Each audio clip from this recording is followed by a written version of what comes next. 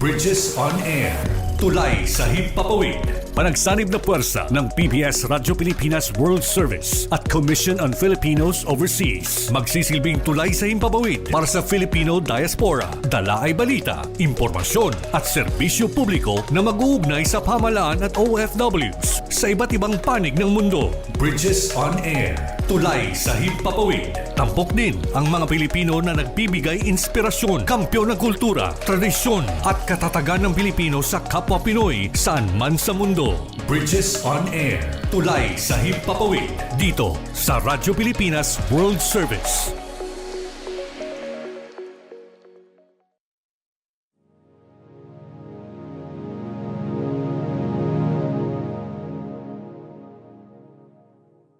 Ang Commission on Filipinos Overseas o CFO ay kinagagalak na itanghal ang Bridges on Air kaakibat ang Radyo Pilipinas World Service. Para sa inyong kaalaman, ang CFO ay ang ahensya ng gobyerno na naatasang siguraduhin ang mga Pilipino saan man sa mundo ay may kaugnayan sa bansang Pilipinas. Nais ng CFO ng ating mga migrante ay kasama natin sa pambansang pag-unlad. Hangad ng CFO ang isang komunidad ng mga kagalang-galang at mahuhusay na Pilipino sa ibayong dagat na makabuluhang nag-aambag sa kapakanan ng bansang kanilang titirahan habang nanatili na matibay ang ugnayang pampolitika, pangkabuhayan at pangkultural sa Pilipinas.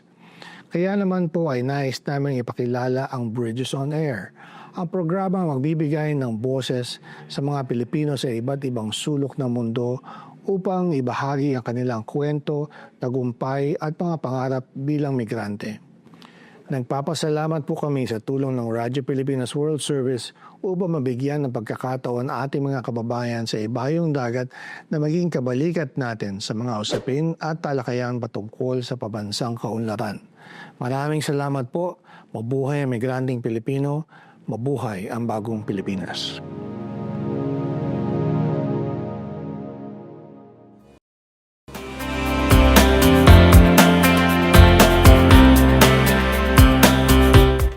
Isang mapagpalang pagbati po. Ito naman po ang isa pang edisyon ng programang Bridges on Air. Hatid po sa inyo ng inyong himpilang Radyo Pilipinas World Service in collaboration of course with the Commission on Filipinos Overseas.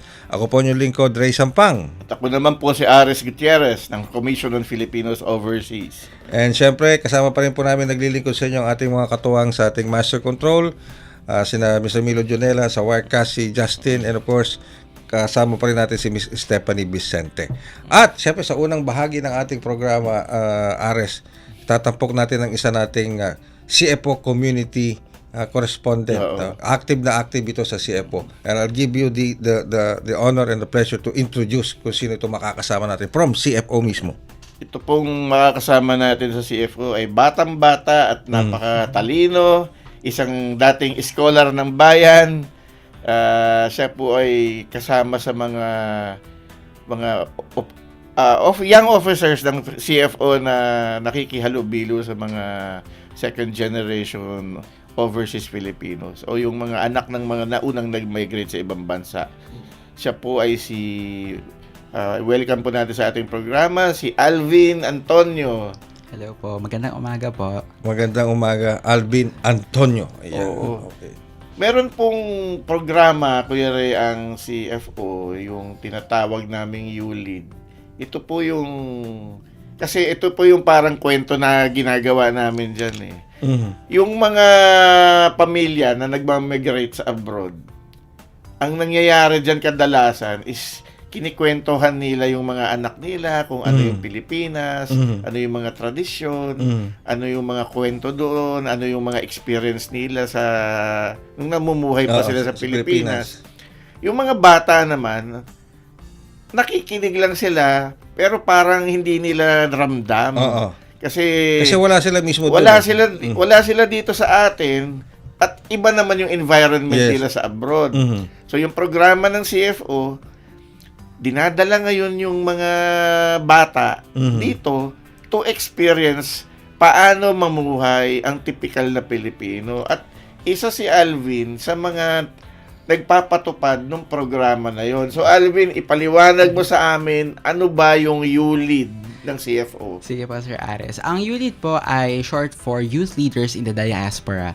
Isa po itong initiative that started back in 1983 and it started out as Lakbay Aral or study travel for the children of migrant Filipinos who have emigrated to other host countries, and they are usually second or third generation children po. And it is inevitable po, it is a product of migration po na they would grow to be accustomed or masasanay sila dahil araw-araw nilang nakakahalubilo or di kaya napapractice ang mga foreign na traditions, culture, and practices. And as a byproduct, some of them would be alienated somehow to Filipino culture, to Filipino heritage, and most of all, to their identity. And like what Sir Ares has mentioned earlier, na umaasa na lamang sila, yung ilan sa kanila, sa narratives ng kanilang mga magulang, ng kanilang mga lolo at lola. The ULEAD program serves as one of many interventions of the Philippine government, particularly the CFO, in order to introduce our overseas Filipino youth to their heritage. Kumbaga, connecting them by visiting the Philippines. Parang parang sinasabing parang bridges na rin yun eh. Oo. Yes No? po. Bridges, Ang di ba? Oo. parang isa ding paliwanag dyan is kung yung mga OFWs, merong reintegration program, Oo. tapos na yung kontrata Oo. nila, Oo. di ba, uuwi. Ito naman, nire-reintegrate ng CFO yung mga kabataang lumaki sa ibang bansa.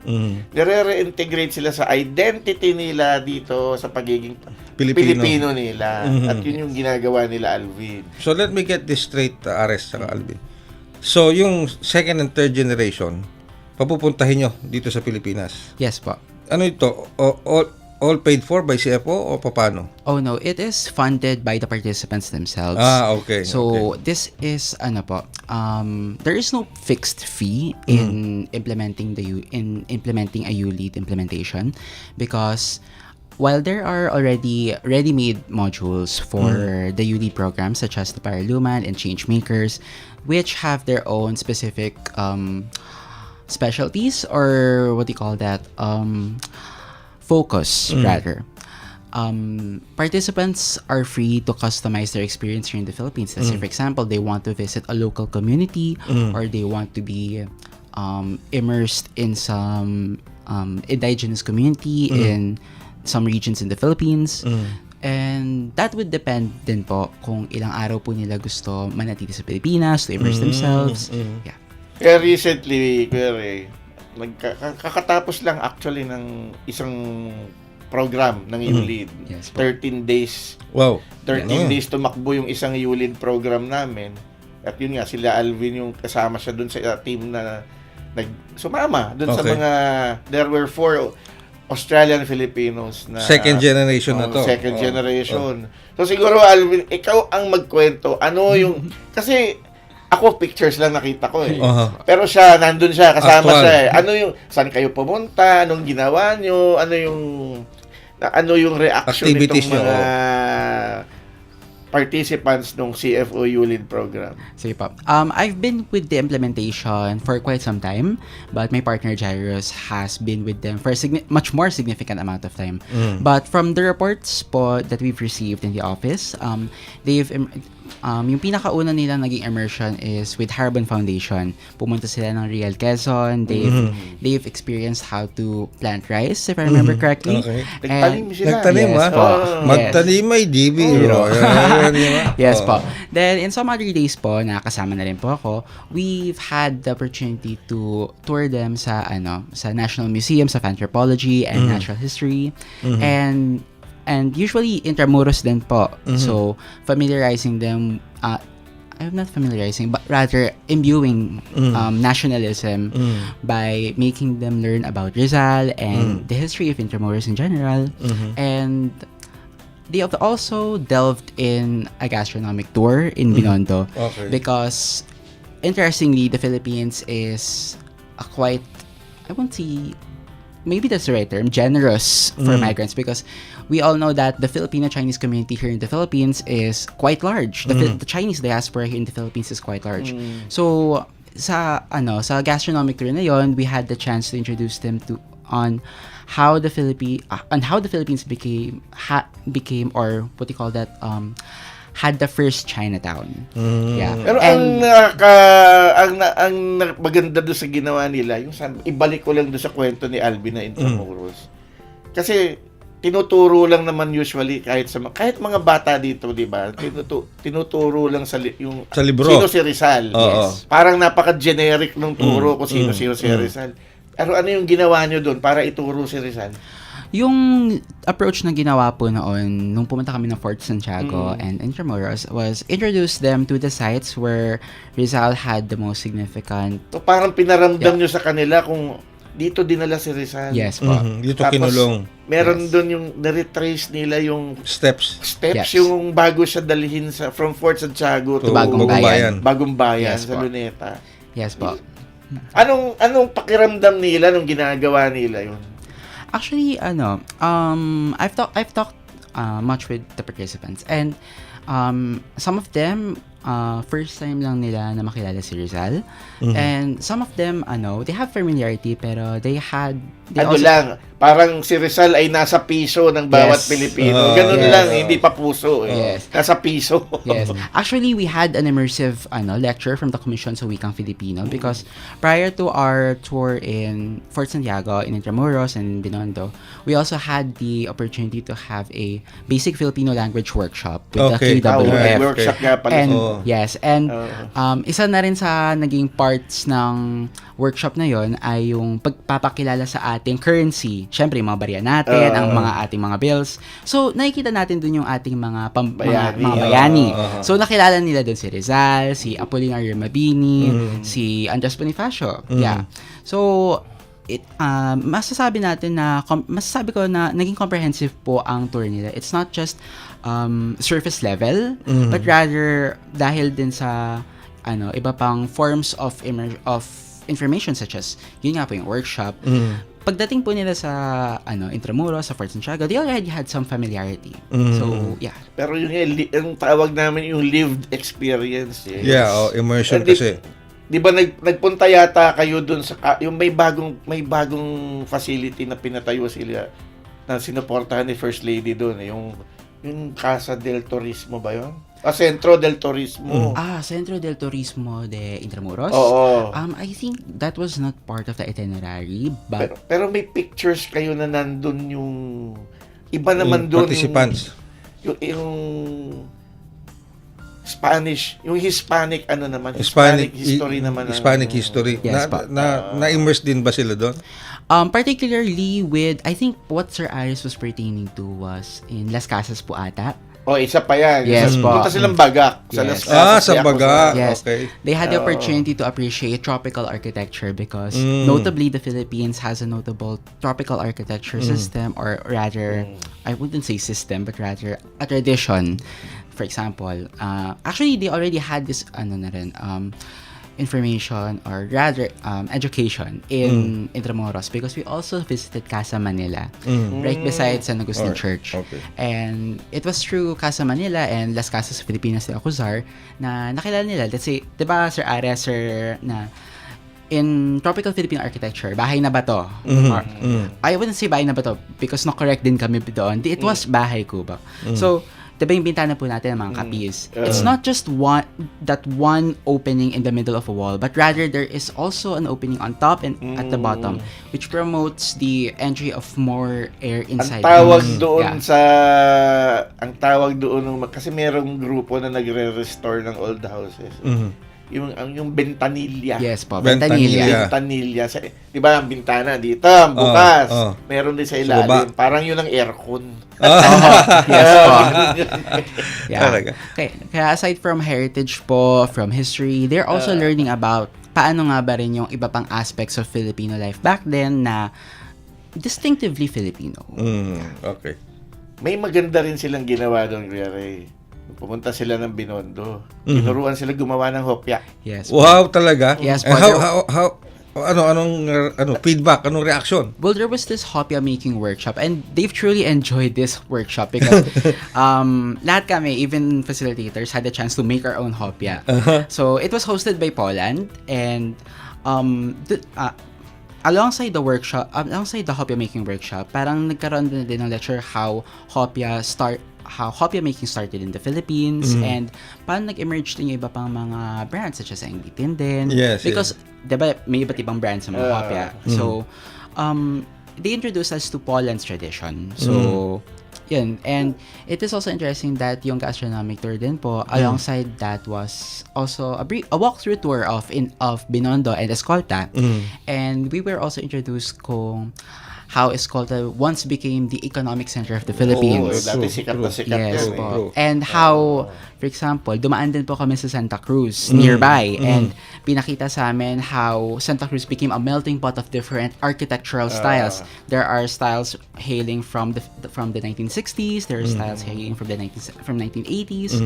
Nagkahalo-halot po. And that's how they that was how they had the opportunity Punta ba kayo to sa appreciate. Raon? Nakarating ba kayo ng Raon? Hindi. Raon, saan po yun? Ay, di. Hindi na alam yan. Raon is in Quiapo yan eh. Quiapo. Mga katabi yan, Avenida, Raon, Recto. Hanggang Yan. Santa Lahat Cruz ng lang po. klaseng electrical, electronics, nandun yan. Nandun lahat yan. Tulap ka. Anyway, Yes, po. matanong ko lang, Ares, doon sa immersion na ginawa ninyo with this second or third generation Filipinos, na-immerse din ba sila doon sa intricacies ng behavior, character at personality ng isang Pilipino na nakikita nila? For example, sabi, madalas ko nakikita to lalo na sa mga comedy club, no, sa pag nanonood ako ng ano. The Filipino, when you ask the Filipino, can you tell me where to go?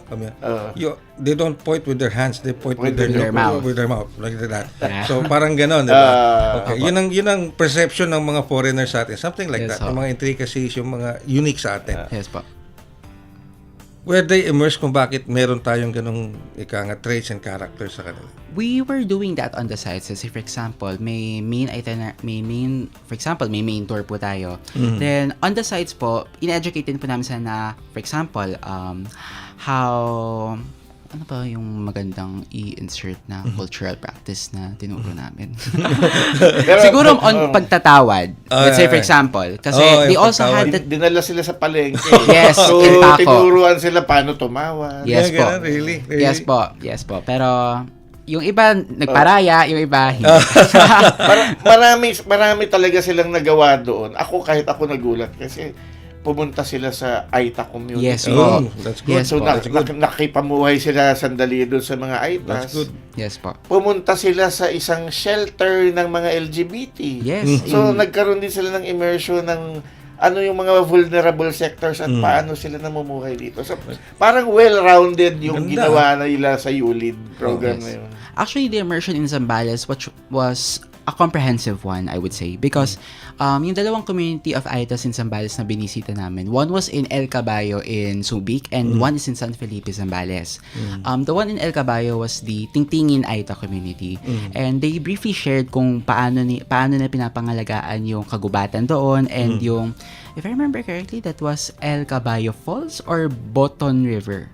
Yes, we had the chance to, Sila yung mga forest rangers doon. Yes po. And our participants also had the opportunity na matutunan kung paano nila napapangalagaan yung kagubatan. And at the same time, nagkaroon din sila ng sariling reflections because every after day, interestingly, they would, merong reflection time. Kung ano natutunan nila, what made them feel sa kung ano-anong mga activities na ginawa din po namin for the day. Hindi lang pamamasyal yung ginawa nila. Yes Yung po. talagang parang ni-reclaim nila yung nila, yung heritage Yes. nila. Sa pamamagitan ng mga pagbisita sa mga lugar na yun. So yun po, Kuya Ray, yun yung isang proyekto isang programa ng CFO na hindi masyadong nabibigyan ng pansin dahil ang akala lang ng iba ay yung mga ministerial duties lang ng ahensya. Pero may mga ganyan po kaming mga initiatives at programs kasi ang layo naman talaga ng CFO is ilapit yung mga Pilipinong nasa ibang bansa, ilapit uli sila na mahalin yung bansa natin. Yes po. And that's one way of doing that. Yes po. And Hopefully, kung sana in the future, mabigyan ng malaking pondo lalo ang Yes. CFO, mapopondohan na ito at gagawin siyang regular.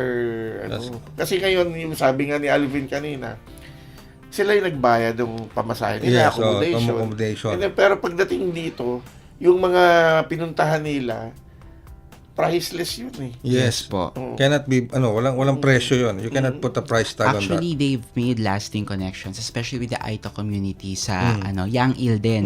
Because right after our immersion, actually, if I may Yes. insert, we also had the chance to dance with the Yang Il Aito community in San Felipe, Zambales. And tumatak din sa kanila because nagbigay din ng performance sa mga Filipino-Australian participants natin. Okay. Yeah. Alright. And tumatak din sa kanila yung connection nila with them because right after the day after our immersion in San Felipe, Zambales, nagkaroon ng special screening of The Foresters documentary by Mad Travel. And surprisingly, I won't say surprisingly, rather, sorry, pardon me. Nandun din yung mga yung community members. Yung kausap nila. Yes, nandun exactly. din sa pelikula. Exactly. Oo. And yung documentary na yun, feature kung ano yung naging papel nila sa pangangalaga sa kagubatan, sa natural resources natin, at sa kung paano na-i-introduce ng mga ng Aita community at saka ng iba't ibang organizations ang sustainable development. So it is true that type of immersion po na napapatibay ang ating diaspora to development framework. Sa simple connections po ng participants natin with local communities and indigenous communities, it serves as one of many precursors for the diaspora, especially the youth, in contributing to national and local development. Alright. Medyo sinesenyasan na tayo ng ating, ng ating nagtitimon. Didilatan na tayo ng mata ni Step. Parang hahambalusin na ako eh. Pero hindi, napakahalaga na pinag-uusapan natin. Gusto nga sana namin silang dalhin dito eh. Sana nga, sana dinala nyo. Baka baka mag-alat tayo ng special edition ng Bridges.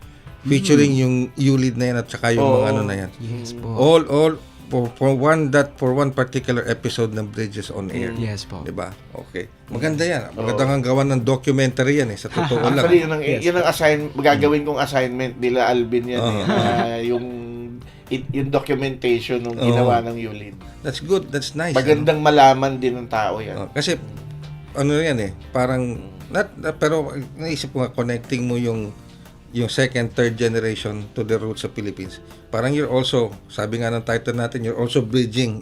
Yes. You're creating a bridge. Yes. Dun sa mga bago henerasyon papunta dito, pabalik dito sa Pilipinas. So, Yes. thank you very much. Maraming salamat sa ating guest ngayon, Ares. Si Alvin. Yes. Alvin, at keep it up at keep up the good work. At malay mo, sa mga susunod na taon, nasa foreign service ka na. Kita mo naman magpariwala Diba? Diplomat ang dating. Parang nagpa-practice na ng gusto eh. Practice tayo. Wag na natin siyang bistuhin baka mamaya.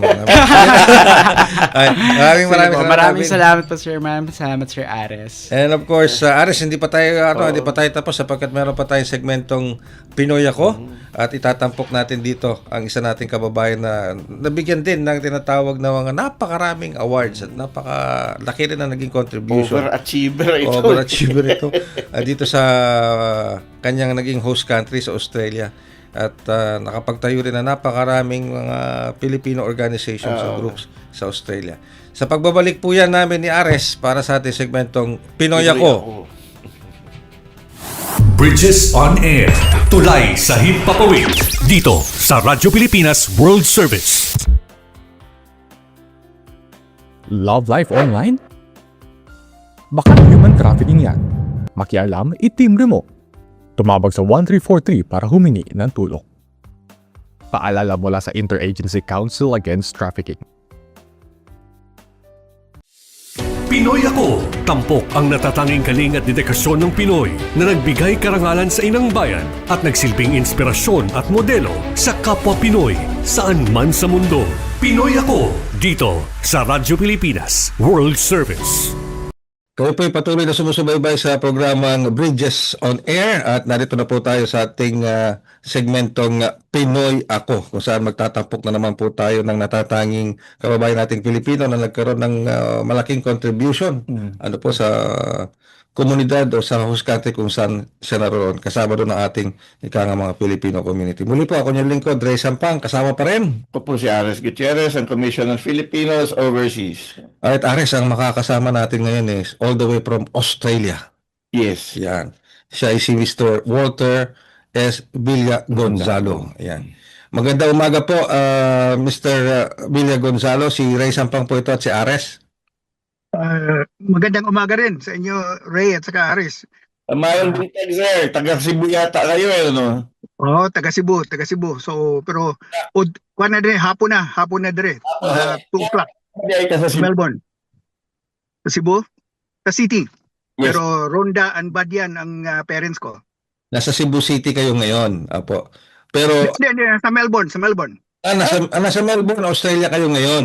So, live Oo. Melbourne, Australia. Pero ang hometown nyo is sa Cebu City. Cebu City. Oo. Okay. So, Mm. salamat po, Mr. Villa Gonzalo, sa pagpapaunlak po ninyo sa amin. So, can you tell us something about your experience? Kasi 20 years pala kayo, more than 20 years na ikang nasa abroad. At Bali, 39 years na. 39 years. 39 years? So, pumunta ako dito sa Australia 1986 after EDSA. Okay. So I was in the military. So I was a commissioned officer sa Philippine Navy, and I was vice president ng APSLI at saka MBAI. So while I was in the Navy, I was I specialized in computers. So from 75 ako nag-graduate sa PMA, and then from 78 hanggang 86 nasa Camp Aguinaldo ako. And then after EDSA, medyo magulo dyan sa atin noon. After EDSA, so we decided, my wife and I brought my family here, parang bakasyon lang. Dahil nandito na yung aking mga kapatid, nag-migrate na sila. But we had already our visa. Dahil nag-apply kami 2 years before, baka sakali lang yun. And then nangyaring EDSA, may visa na kami. So sabi namin, sige, magulo dito, magbakasyon muna tayo sa Australia. And we liked the place, and we thought it's a good place to raise our children. So we decided to stay, and then I resigned my commission from the military. So bali 17 years altogether sa military. That includes the 4 years in PMA sa Baguio. Okay. So, yun ang pinakadahilan. So, Walter, yeah. bakit ka nag-migrate sa Australia? Magulo ng mga panahon na yun after na EDSA. Oo, magulo nung panahon na yon. Hindi ka clear yung anong assignment ko noon. I was in APSLI, in an MBAI, and then I was told to go back to the Navy Computer Center. And then we just thought that it was time to maybe bakasyon muna. Kasi may visa na naman, may pamilya na pwedeng pasyalan. So we decided magbakasyon na muna sa Australia. So ganun ang nangyari. And we liked it when we arrived here. We said, okay, it's good for our children. Let's apply for permanent residence. No, we were already permanent resident. So we applied for citizenship para madala rin yung pamilya na iba. Mr. Villa Gonzalo, I hope you don't mind me asking, ano pong rank yung nahawakan ninyo before you left the military? So I was lieutenant senior grade. That means equivalent ng captain. Wow, captain na. So captain ng equivalent ng army captain, pero lieutenant senior grade. Kami yung pinakamatagal naging kapitan. Dahil alam niyo na nung panahon na yon, maraming mga general na ayaw mag-retire. Yes. Opo. So hindi kami 9 years kaming kapitan. So sabi namin, walang mangyayari dito sa lugar na to ngayon, magbagulo, pagkatapos, yun, kaya nagbakasyon. Pero okay naman yung career ko dyan sa military noon. again, I was in the computer field. I was already as a captain. I was vice president ng Upsley and MBAI and consultant to other companies including Veterans Bank, Wow. Insurance Commission, and Maddie's Drug House, Insurance Institute. Marami akong ginagawa, and I had 2 computer schools as well in Wow. Alabang and in Quezon City, and I also had a company in New York. Nagdadala kami ng mga Filipino computer programmers and analysts doon na piniplace namin sa jobs. This was So we were okay, but again, yung nga, magulo yung panahon na yon, kaya kami nagbakasyon lang. And that was in 1986. 86, hindi pa masyadong laganap yung profession sa IT. Di ba po? Nagsimula na. So kung tutuusin, Wala. isa ako sa pioneers ng IT sa military noon. Kunti lang yung nasa military na IT. Most of them mga Navy officers na nag-aral sa University of Berkeley sa US. Okay. Pero ako, I was more, diyan ako sa National Computer Center, Mhm. National Computer Institute noon diyan sa Camp Aguinaldo and UP. And so I was more in the operations talaga. Wow. So while my classmates in PMA were in the combat zones and in the aboard ships, I was in the office, sa Upsley. Okay. So I set up the computer department dyan. Oo. Pero kung di ako nagkakamali, kabatch ni Mr. Villa Gonzalo si Admiral Pama. Underclass ko yun, si Pama. Si Alex.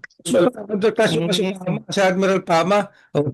Underclass ko siya. 1 year, 2 years. 1 year ang diferensya namin. Oh. So nauna ako sa kanya. Alright. Bata ko yun, squad mate ko yun, bata ko yun si Pama. Okay. Sir, bata kasi Admiral Pama. Yung batch nila, yun yung ano yung mga super batch na matatalino. Oo.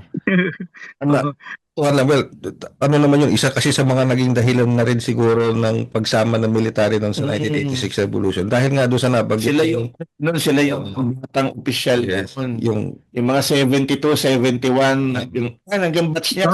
Bali kasama kami dun sa RAM, 71 at saka 75. 75 ako, class 75 ako eh. Reform the armed forces. Reform the armed forces, yeah. Oo. Yun yung mga gringo hunasa. Tama. Matanong ko lang po, Mr. Walter.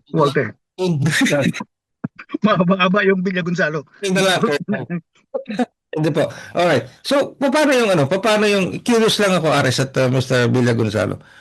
How was the transition from the Philippines to Australia? Ang laki ng responsibilidad nyo dito sa Pilipinas. May ranggo na kayo sa military. Ang dami nyo hinahawakan. May kumpanya kayong hinahawakan. Nasa Upsley kayo. So, yeah. Medyo mahirap ng kuan nga. Ang maganda naman, my first job dito sa Australia, sa Melbourne, was senior systems analyst sa isang malaking insurance company. So, MBAI is an insurance company, Upsley is the savings and loan. So, nirecognize naman nila yung aking skill. So, within 2 months pagdating, nakakuha ako ng job kaagad. So, it was a senior position. Okay naman. And I was also involved in the community. I also set up some businesses dito sa Melbourne. Okay naman ang buhay dito. But I did not feel I really belonged, ano? Okay. Kasi while I was also in Melbourne, I also had a company another company in the Philippines, agribusiness. So panahon nung Mount Pinatubo, we received a grant from the Office of the President to rehabilitate yung lahar covered areas. So we were doing that rehabilitation ng Basa Air Base. Nasa military kami, tapos we had a private company, Biodynamic Agribusiness Corporation. We were producing organic fertilizers and we were tasked to rehabilitate 600 hectares dyan sa loob ng Basa Air Base. So I was coming back and forth sa Philippines din. 2 months ako papuntang Pilipinas, 2 weeks balik dito sa Australia.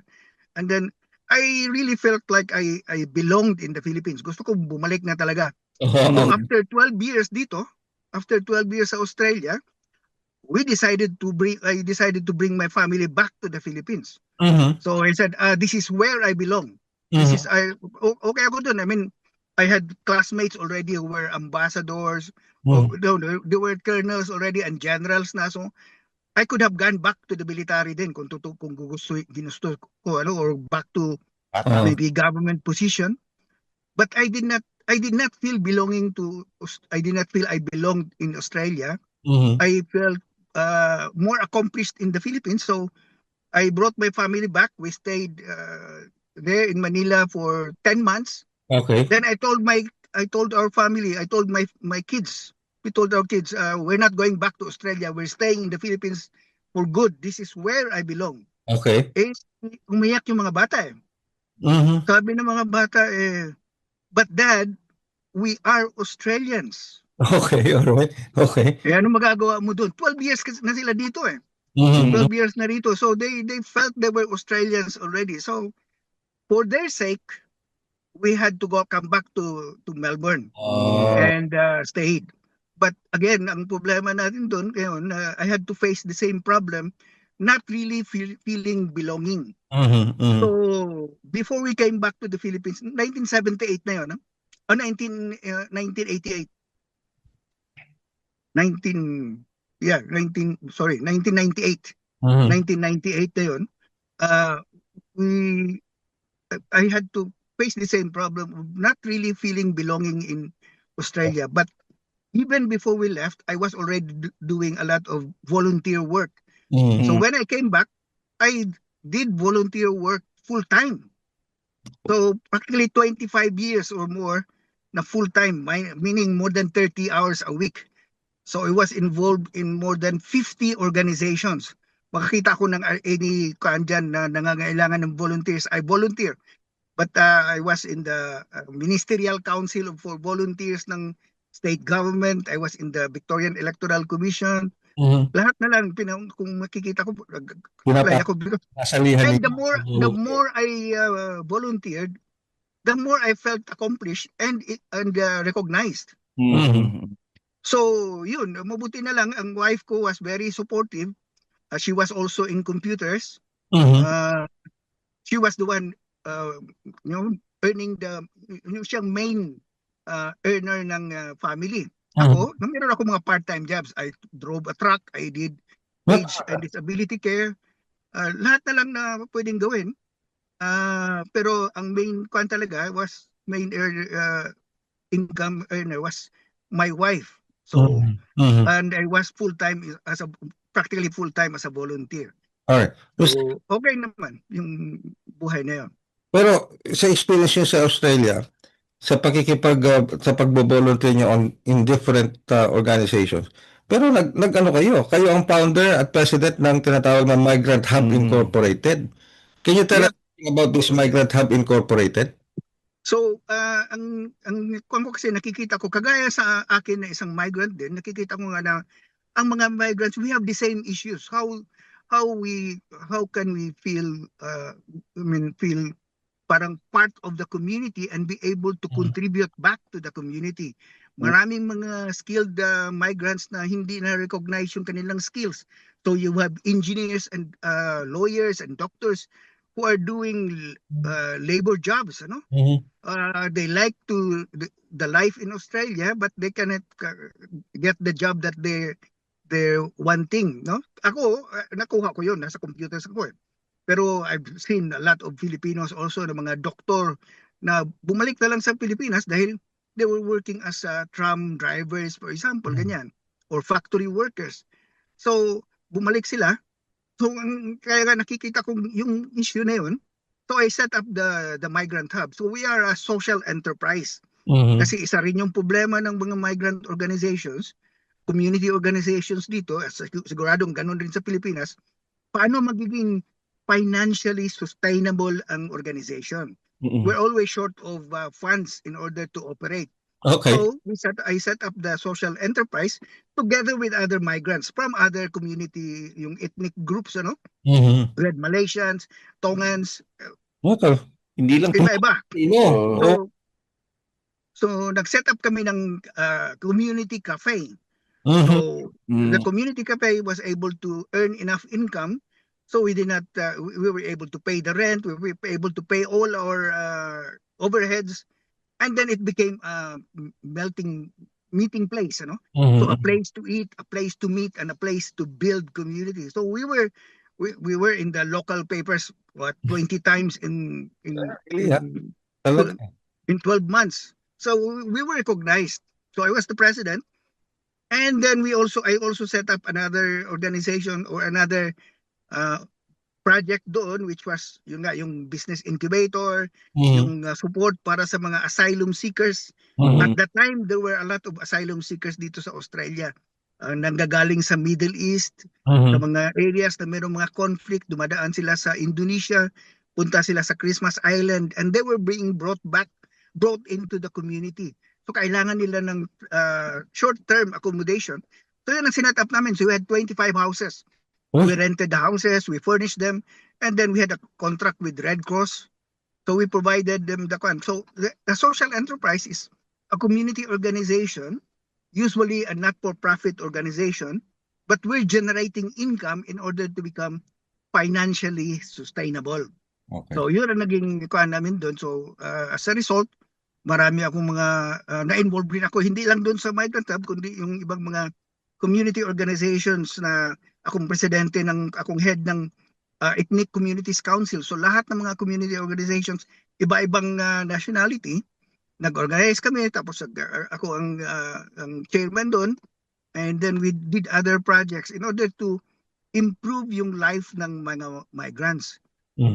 Yun, so I was named Citizen of the Year ng City of Windham. So City of Windham is one of the biggest cities dito sa Australia, and we're one of the most diverse, meaning we have more than 150 nationalities. Okay. So talagang Mr. Gonzalo, makikita. Mr. Gonzalo, speaking of Windham, ay kayo pala Naging konsehal. deputy mayor ng Windham. Deputy Mayor ng Windham. Tama. So at that time, I was the only Filipino na elect sa isang position because I really wanted to show na kaya ng Pilipino yung mga posisyon na ganoon, mga challenging position na yun. Dahil nga ang nagiging advocacy ko was yung services, to improve the services to the migrant community and small businesses. So alam nyo, mahirap magiging activist ka niyan, lagi ka lang nagko-complain. Okay. But you achieve more by being part of the organization. You go inside and you become a reformer, right? Okay. So I got in and made the changes. And after one term, I felt I've accomplished what I wanted to accomplish as a councillor. I was also elected deputy mayor. Yeah. Sabi po si Ares. Sir, Ano yan? niyo, dahil member kayo ng RAM, dun yung reform, Ano yan? dyan kayo nag-pursue ng mga reforms na gusto nyo. Ganun nga siguro dahil nga galing sa PMA, bali idealistic. And then para akong broken service, Well, I was serving in the government and then community. I was in Rotary Club. I was in Gideon's. I was doing other things in the Philippines. I was also in the Information and Referral Service ng Philippines. Pagdating dito sa Australia, hinahanap ko yung ganong klaseng involvement. So, parang yun nga, broken service, ano bang pwede ko magawa dito para makatulong? So, I just did what needs to be done para sa community. Ang dami nyo palang hinawakan, Mr. Bill Gonzalo. Filipino community yung Hindi lang niya eh. Iba kasi tulad niya throughout the years pala ito si Mr. Villa Gonzalo naging presidente rin ng Canopy Accelerator Co-op sa Windham. Naging rin founder din siya ng project manager ng Wincubator, tulad na nabanggit niya kanina, advisor ng Association ng Generation of Inspiring Leaders, etc. Ang dami. Pero I think Ares, ito yung isa siguro sa pinaka let's say sabihin nating memorable na award na nakuha niya. Yung Pamana ng Pilipino Award. Yan. So ito pong pagko-confer sa inyo ng pamana ng Filipino Award mismo ng presidente. Ano po ang ano po ang naging reaction niyo dito? How did you take this itong award na ito? Yep. So, alam nyo, ang karamihan sa atin, maski na hindi lang dito sa Australia, but everywhere, yung mga may puso na mag-volunteer, they do not volunteer dahil gusto makakuha ng award. Ano? Pero, malaking bagay yung mga awards, recognition, hindi lang para sa kanila, kundi para sa kanilang pamilya rin. Because there were a lot of times that I had to be out of the house, missing family dinners, getting out of the house at 2 o'clock in the morning in order to support somebody who's in need. Pero nakikita ng pamilya, nakikita ng mga bata yon, sasabihin nila, ano bang ginagawa ng tatay ko? Bakit naman ginagawa niya yung ganyan? I broke my leg, 6 months ako na sa hospital dahil dun sa aking volunteer work. And then, while I was in the wheelchair, I was still doing the work. So, my kids, although they did not ask me, I can see that they were asking themselves, why am I doing this for the community and I do not get anything out of it? But when I got the award, for example, as Citizen of the Year noon, nakikita nila na na-recognize, na na-appreciate yung recognition, yung award na yon. Ganon din sa pamana. So nakikita nila na hindi naman pala nasasayang yung ginagawa. My dad is making a difference. So, malaking bagay yung ganon, malaking bagay yung na-recognize natin yung mga achievements ng mga Filipinos overseas. At hindi lang dapat sa overseas, pati dyan sa Pilipinas, dapat ma-recognize, hindi lang para sa kanila, kundi pati sa kanilang pamilya. Dahil importanteng makita ng pamilya na their parents or their father, their mother are making a difference in the lives of other people. Yun. So, last September nga, I also received the Order of Australia medal. So, Order of Australia is one of the highest recognition dito sa Australia for Australians. No? And ang karamihan mga nakakatanggap dyan, yung mga scientists, yung mga well-known athletes, people who are really big. Sa akin is more on community service at saka yung aking social enterprise work. So again, that's another recognition that makes my family proud of and happy for what I've done for the community, and that is very important. So I encourage everybody nga na if we're able to recognize achievements of people and we can show them that they're appreciated, their work has been not wasted, but yeah, they've made a difference in the lives of other people. That is very important. Yung ginagawa ni Sir is very inspiring. Totoo. Pero nag-inspire naman sa inyo anong nagmo-motivate sa inyo para gawin itong mga bagay na to, dahil hindi lang Filipino community yung inyong pinagseservisyohan, kundi pati yung mga ibang nationalities na lalo na yung mga nangangailangan ng tulong. Ano po bang motivation ninyo? Anong nag-inspire sa inyo? Well, una nga dyan dahil nakikita ko nga sa mga Pilipino na merong mga issues na nahihirapan sila at gusto nating tumulong. Ako isang Kristiyano rin, isang born-again Christian ako dito. So nandyan rin sa puso talaga na gustong tumulong.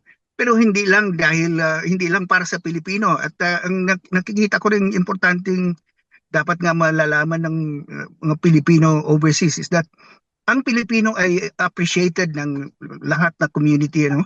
Hindi lang sa Pilipino. Pero ang Pilipino karamihan, we're in the forgotten middle. Forgotten middle. Na hindi, kagaya siguro dyan sa Amerika o sa ibang bansa na ang Pilipino hindi masyadong outstanding. Pero hindi rin problematic. They are in the engine room of the community. They are the ones that's making things work. Sila, pag wala yung Pilipino sa mga hospital, magsasara yung hospital, walang nandyan yung skilled workers na Pilipino. Ang Pilipino, ang galing makisama. We're appreciated by a lot of people. Pero, ang Pilipino hindi lumalabas sa kanilang comfort zone. Ayaw makisama, ayaw ma-involve sa community. Kasi, para bang na-achieve na ng Pilipino yung para bang malaking bagay sa kanilang nandun na sila sa ibang bansa and malaking ginhawa, malaking improvement sa kanilang lifestyle na baliwala na lang yung ayaw nilang makialam na sa outside their community. Diba? Outside their community. So, ang dami mga Pilipino na sa mga within their community organizations, ang daming politika. Away-away ng ganon. Ayan. Totoo yan. Pero sa amin lang dito, more than 150 organizations. Kung hindi mo makasundo yung mga presidente, gumawa ka ng bago, ikaw ang presidente man. Diba?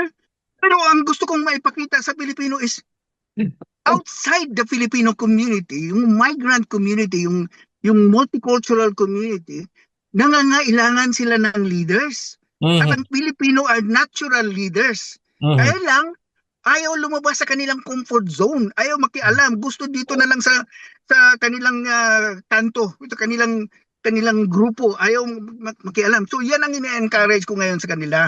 Kaya nga dun sa aming grupo, when I was counselor and then first thing I did was encourage other Filipinos to run for council also. So the next election, there were 9 of us. Walang nanalo sa amin. Ako, nag-re-election ako, pero hindi ako nanalo din. And then, last election, that was 2024, I encouraged 8 Filipinos to run for council. And then, 2 ang nanalo. Okay. All right. I also ran for parliament, state parliament. So, I ran twice. Muntik na akong nanalo nung una.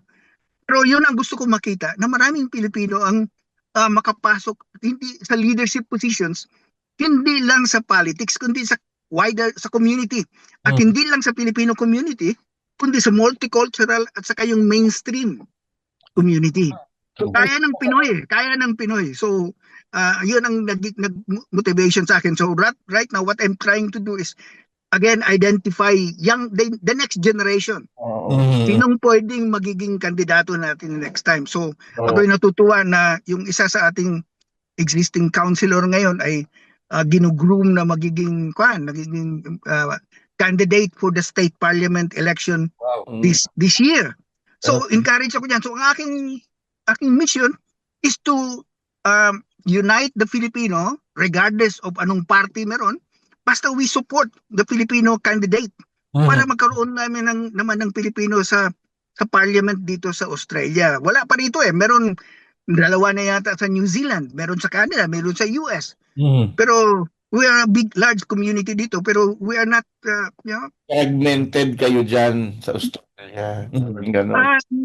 fragmented. Marami namang mga community organizations like mga Indians, for example, mas fragmented kaysa atin. Pero there's a lot to be improved nga tungkol sa community dynamics dito sa Australia. Pag-asa, marami pa. Muntik tayo nagkaroon ng Filipino Prime Minister sa Australia. Sayang. Malayo pa siguro mangyari, pero hindi imposible. Posibleng mangyari yan. Kaya nga, ang importante, dapat magtanim na ngayon sa mga puso ng ating mga kabataan, no? Para ma-involve. Kasi kung ang mga Pilipinong nandito na, yung first generation, ay kung hindi sila magiging aktibo sa community, how can we expect their children and grandchildren to be involved? Alright. Okay, pero ito siguro isang question na lang ito, Ari sa Mr. Villa Gonzalo. During yung unang pagdating mo po sa Australia hanggang sa hanggang na-establish nyo na po yung sarili nyo and your family and everything that you have done there sa Australia, naging active participant o role ba? Meron ba naging role ang Commission on Filipino Overseas sa buhay ng ating mga Filipino migrants sa Australia? Well, isa yung tungkol sa mga recognition ng mga positions, dito naman, ang aktibo dito is yung ating mga consulate. Yun ang gumagalaw dito at mayroong magandang leadership na pinapakita ng ating mga ng Consul General last term at saka ngayon. So malaking bagay yun. Now, Kasi ang Pilipinas kasi, ang mga Pilipino dito sa Australia, hindi yung mga uh, OFW, Mhm. no? Mhm. I would expect na sa Middle East, for example, talagang migrant workers sila. Ah, ah, Dito, pag mga Pilipino dito ay permanent resident or citizens, ah, ah. karamihan. No, Mhm. marami mga estudyante, kailangan diyan dahil mga Pilipino citizen talaga sila. So, Mhm. kailangan ng support talaga ng government. Pero yun ang laking diferensya siguro sa mga Pilipinos in Australia, New Zealand, Canada, US, Mhm. dahil hindi kami mga migrant workers kundi mga Yan, uh, migrants. Mhm. Migrants na nandito na magiging citizen of Mhm. the country. So importante sa kanila is paano maipakita ang galing ng Pilipino, paano magiging uh, mas united ang Filipino community. At yun nga, para ipakita natin nga na the Philippines can be proud of the Filipino community. Alam mo, So, malamang nakasama ni Sir Villa Gonzalo dun sa Australia, Mhm. na PMAer din, Mhm. na pareho niya na reformist at gustong maghubog ng bagong leaders. Ah. Si General Adalberto Adan, yung dating Chief of Staff. dito ba si Ed? Yan rin. Kuan ko yun. Magkasama kami dyan sa kuan. Magkasama kami sa MBAI at saka Upslike. And he was also in my kuan when I was a cadet. Mhm. Siyang outgoing, silang graduating class kasi class 72 siya. Mhm. 75 ako. Magkasama kami. So, Alam siya, sir, di ba? wala siya dito. Kaya. Bakit? Andito ba siya sa Australia? Alam ko. Yes, sir, matagal na po. Ha? Matagal na po siya sa Australia. Matagal na siya sa Australia? Yes po. Hindi si Adan. Baka si De Leon. Hindi po, si General Adan po. Kasi kaklase ko yung kapatid niya eh. Ah. Kaya alam ko po na nandun siya. Hindi ko nabalitaan yun. Dahil kasama ako dito. Meron kaming I will chat link group. you, sir. Ililink up daw po kayo ililink up daw po ni Ares yung communication between you and Adan. Okay. Sige po. So definitely wala sa Melbourne. Kung nasa Sydney or Canberra. Pero wala akong narinig na nandito si Sir Ed. Okay, sige po. And so But that's good news kung totoo. okay. Well, gusto ko man pahabain to, Ares, kaya lang we're running out of material time. Marami tayong natututunan na pupulot, especially for the young generation, yung mga susunod na generation. Yun ang gusto ko sa mga plano niya, yung grooming ng bagong generation ng mga Pilipino. Yun na yung direction niya. So, siguro po, Mr. Abilia Gonzalo, ano po bang maaari niyong maging mensahe sa mga Filipino diaspora na nakikinig sa atin ngayon, maging yung mga nakikinig at nanonood dito sa Pilipinas nitong aming panayam po sa inyo. Go ahead po, Mr. Villa Gonzalo.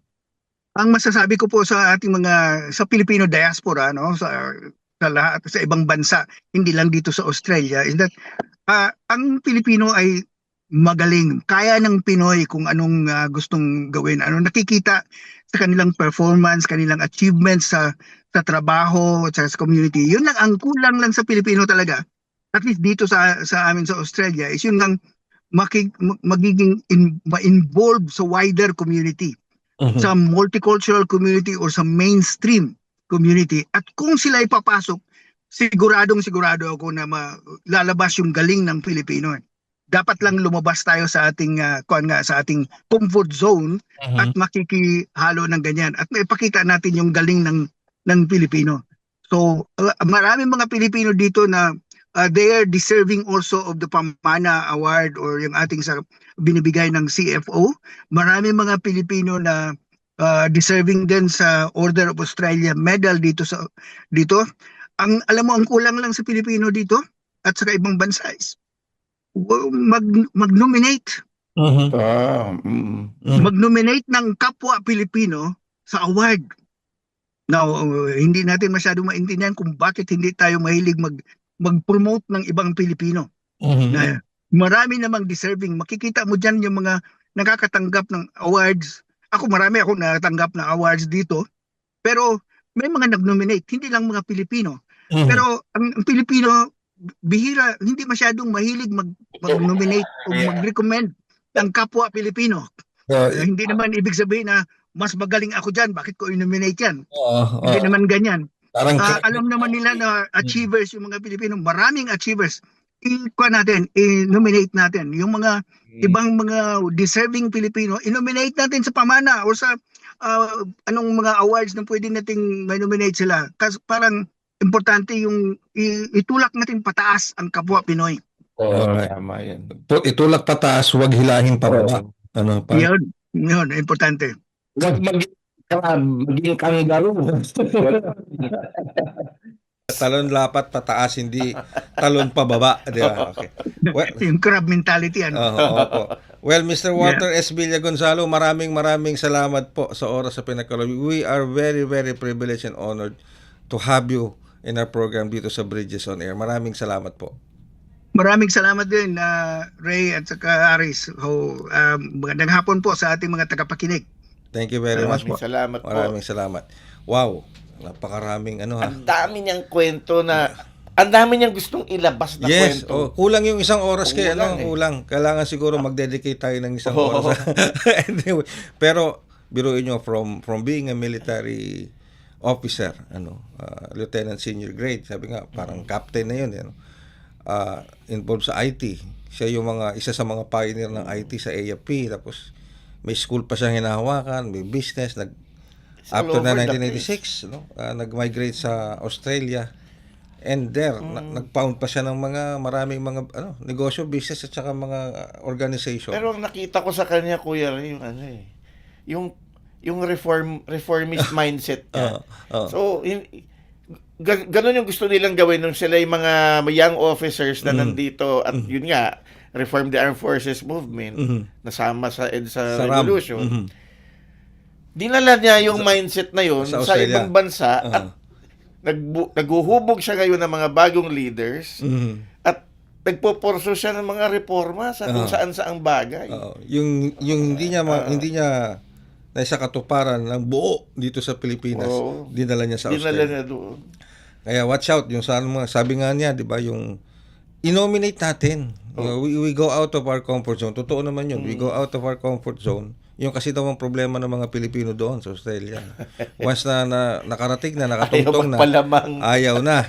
At tapos yun nga, minsan nagagamit pa rin yung crab mentality. Na imbes na iangat mo yung kapwa mo Pilipino, hihilahin mo pa baba. Wala sa atin. Yun, mga dapat bagay. So, malay mo, a year or two from now, may Prime Minister na tayo sa Australia. Wow, pwede na siguro tayo, mas madali na siguro mag-migrate nun. Alright, at wala na tayong oras at sayang, maganda yung ating usapan with Mr. Walter S. Villa Gonzalo. Ano po siya? Sa dami ng mga awards na natanggap niya, isa po sa mga sabihin na nating noteworthy na award na natanggap na pagkilala ay itong Pamana ng Pilipino Award. Okay.